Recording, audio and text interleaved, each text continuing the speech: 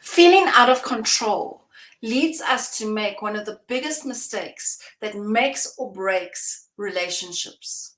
My name is Jo, and I'm from the Love Shift Academy, and I'm the host of the Dare to Love Club, where I show people how to break free from negative relationship patterns.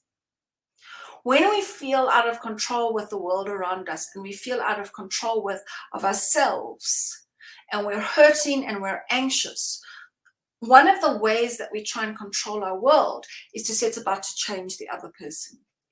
And in our attempt to change the other person so that we can have some kind of influence over what seems to be triggering this anxiety and pain, we criticize them, we nag them, we demand that they change their behavior, we get angry, we get jealous, we might even become abusive and violent towards that person. And this is one of the biggest mistakes that you can make in a relationship.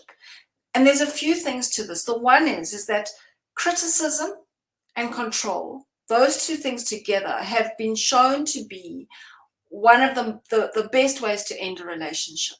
The Gottman Institute, in their research of thousands of relationships, found that marriages where there's criticism and control, they're not likely to last for longer than 5 years. The second thing about it is that if you're behaving in abusive behaviors, you're not going to feel good about yourself. So you're already feeling insecure in this relationship. Otherwise, you wouldn't be trying to change them, and you wouldn't be behaving in a controlling way.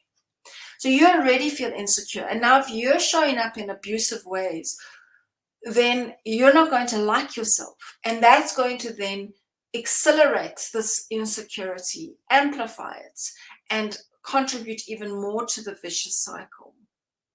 The third thing is that, let's say you demand the person changes or you're going to leave, and then they do change. You're not going to trust their change because you know they only did it because you threatened them or blackmailed them. Or even if they did it because they're so scared of you, you'll know that they did it because you're violent.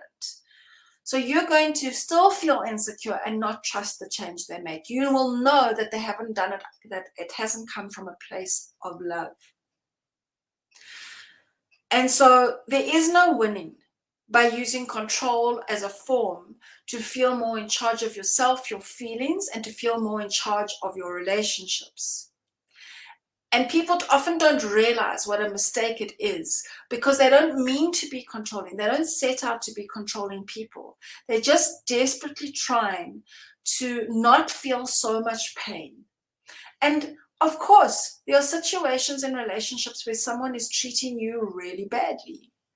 And it's natural if someone is treating you badly, you're allowed to put in a boundary. But here's where it stops being a boundary. It stops putting in, it goes beyond you putting in a boundary when you start controlling them in order to make them respect the boundary. And I know this gets confusing because it's like, how then do I implement a boundary if I can't get them to respect it? And I have a strong principle: let people show you who they are without the rules. And you can make a request, make it once, make it twice. Don't make it a third time. And all there is left is for you to decide. And my mother taught me this, is that there is no right or wrong in people's behaviors in relationships. It's only about whether you can handle it and whether you can handle it for the rest of your life. So instead of trying to spend the next 10 years changing someone, and inevitably you're going to lose at that battle, you have to ask yourself, is this relationship worth it? Is this issue about my values, or is it just a dislike? Is this something I can work through? Is this an opportunity for healing and growth for me?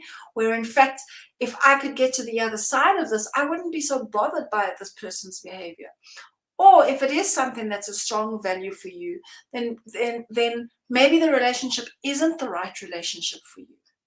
Because the only thing that's left to do is to force the person to change their values to match yours. And that's not love. Controlling someone is not love.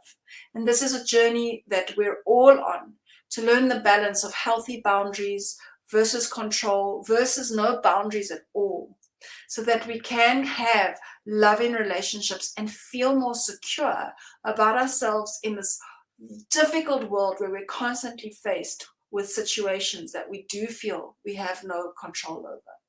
So whatever situation you're faced with, if you recognize some of these things I've mentioned, you can drop me a 5. You can share a little bit about what you've experienced. You can send me a message. I would love to hear from you. My name is Jo from Love Shift.